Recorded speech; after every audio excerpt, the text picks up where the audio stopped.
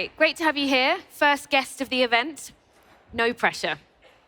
So tell us a little bit about the deal then. Sarlin's been acquired by AMD, so congratulations on a huge deal. I know you probably can't tell us too much, but a little bit about the process, how it happened, what it means. No, it's very exciting times, I think, well, as you said, I obviously can't go into the details, but I mean it's such a good fit in many ways, culture-wise, but then especially in terms of technology, and the opportunity that lies ahead. I mean, AMD is in a tremendous position in terms of AI computing, and we obviously have been and continue to be sort of creating value on top of compute platforms. So, we will be continuing building open source foundation models, language models on top of AMD compute platforms. We will be continuing to build out our enterprise AI platform on top of AMD compute platforms, and we'll be continuing to create value on top of AMD compute platforms. And I think sort of, putting our team at the center of that action today is a tremendous opportunity for the team. In some ways, it's a symbol of how far we've come in the last year. The developments in AI have been huge. But if we look back, you were with us here a year ago at a time when a lot of the conversations were still around, is AI going to take our jobs? What does this mean for all of us? Where would you say the corporate world is generally now in terms of how much it's embraced AI?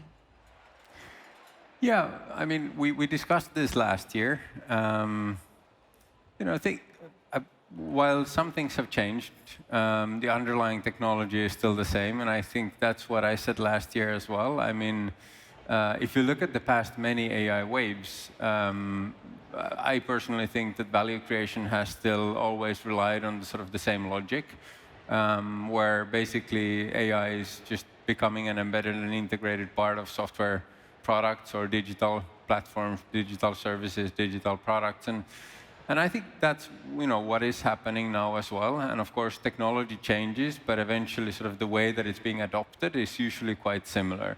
And I mean, now we've seen much more AI being deployed during the past year.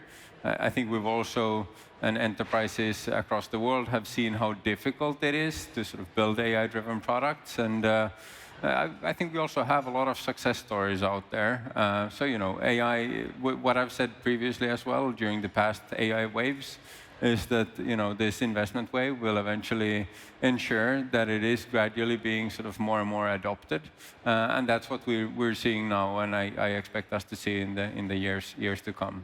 There are concerns, though, on a European-wide level about how much investment there has been in AI and tech here in Europe. In contrast to other parts of the world, we're going to be hearing a bit more about Mario Draghi's report on European competitiveness later during Nordic Business Forum. What's your take on that? Yeah, I mean, Europe, I think that's in line with what I just said. I mean, our perspective has throughout been that while it is important for competitiveness, be it an individual organization or Europe as a whole, it is important to have AI capabilities.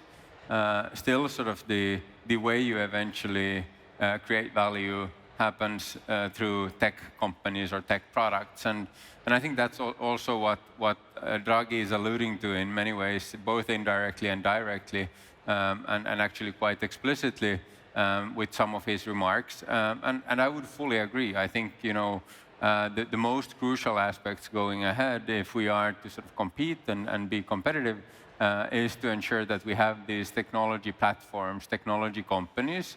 And how do we make sure that more of them come through? It's been a really tough time for investors. We've had a lot of inflation issues, economic instability. So there hasn't been that same momentum that we were seeing, say, five years ago.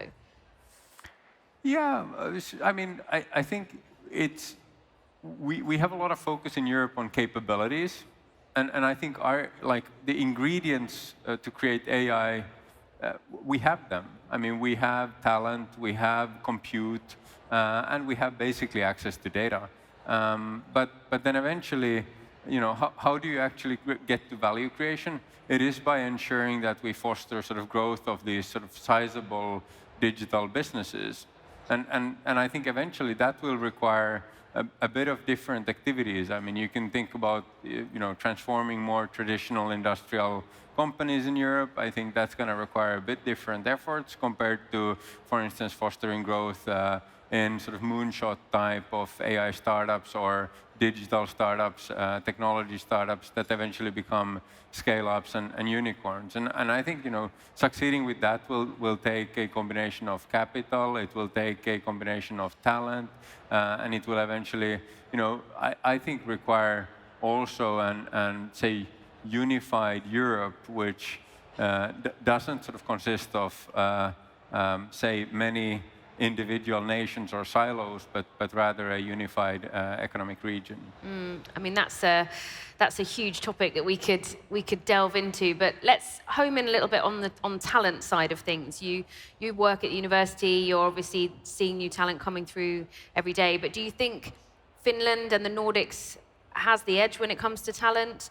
There's a lot of international recruitment going on at the moment. Yeah, I mean, what I think is crucial is that the most talented people, they eventually want to work with the most talented people. And I mean, if a small nation like Finland is to succeed, but if say European countries overall are to succeed, then we need to ensure that we have those moonshots, we have those initiatives, be it sort of university initiatives or individual companies that are capable of attracting and retaining that talent. Because eventually, I mean, even though we have great universities, we have good research, and we have good researchers in Europe, the only way to ensure that they actually stay when they eventually move to industry is to ensure that we have initiatives where they actually sort of feel that they get to learn and contribute to significant activities. So that's what I would highlight in any country, but also in Finland. And eventually, I think what is worth noting is that I don't think universities are, when it comes to AI, for instance, I don't think universities and companies are competing for the same talent. I think rather the opposite. I mean, universities in Finland are producing a lot of very talented researchers. Now, I think it's key for companies in Finland and eventually to provide opportunities that ensures that that talent stays. You seem quite optimistic, but we are getting some questions in around this topic, actually. One person says, do we really have sufficient talent in Europe compared to North America and Asia? I doubt it. I mean, how can we kind of combat that? Those sorts of attitudes and celebrate what you're saying is going on within academia and within tech scene? Look, I mean, there's a lot to be done. It's not that we would be there, but I think it can be done. And I think Paris region is a good example of that. And Finland isn't much after that. But I mean, if you look at the Paris region, where you have many AI companies like Mistral, around that you've attracted then Hugging Face, you've attracted Meta AI, now OpenAI is opening an office in Paris, and it's attracted a lot of capital as well. I think we should look at that kind of examples and eventually follow. And that applies, I mean, if you look at Finland, we're doing well in AI, but we're also doing well in, for instance, quantum computing, and such clusters that have sort of formed, should eventually be tapped into. We're going to be talking about quantum computing with our next couple of guests, actually. Just on the public perception side of AI, we talked about how it has already evolved, but how do you see that shifting and evolving in, say, the next 5 years? My answer has been the same since, 2015.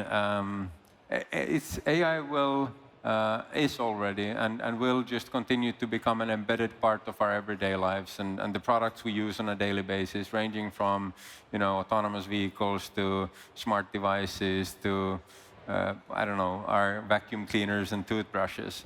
And that's going to continue. So I mean, and I've also said that AI as a definition is more of a philosophical term than a technical term. And usually it's actually the thing that we can't yet do. So once we can do, we don't think about it as AI anymore. So I mean, I think that's going to just continue. And then we will, of course, have technological developments that will open up new opportunities, and that will change again the way that we understand AI. And if you could put your finger on what those next technical developments are likely to be, I know you always feel put on the spot to be a futurist, but that's what people want to know.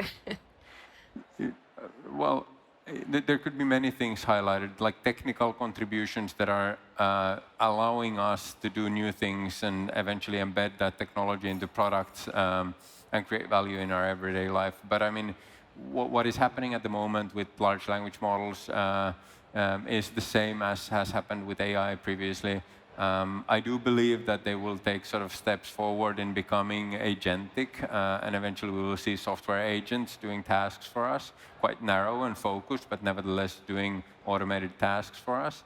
And then what I'm personally excited about is robotics. I think there's a lot of opportunity in robotics, which is, I think, opened up by the advances in Gen AI and especially multimodal, so being able to process not only text, but speech and audio and video and so forth, and that being eventually deployed on various types of devices and robots. Very exciting, but also causing some cause for concern around deep fakes and all those other topics that tend to come up around that. But really interesting to hear what you're excited about and how AI is moving forward. Please give it up for our first guest of the day, Peter Sarlin. Thank you.